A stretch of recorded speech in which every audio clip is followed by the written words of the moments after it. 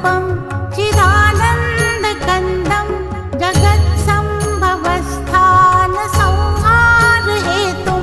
स्वभक्तेच्छया मानुषं दर्शयन्तं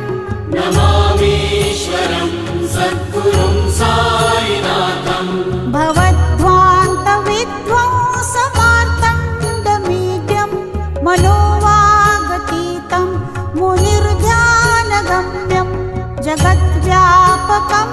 निर्मलं निर्गुणं त्वां नमामीश्वरं सद्गुरुं साईनाथं भवाम्भोधिमग्नार्दितानां जनानां स्वपादाश्रितानां स्वभक्तिप्रियाणां समुद्धारणार्थं कलौ सम्भवन्तं नमामीश्वरं सद्गुरुं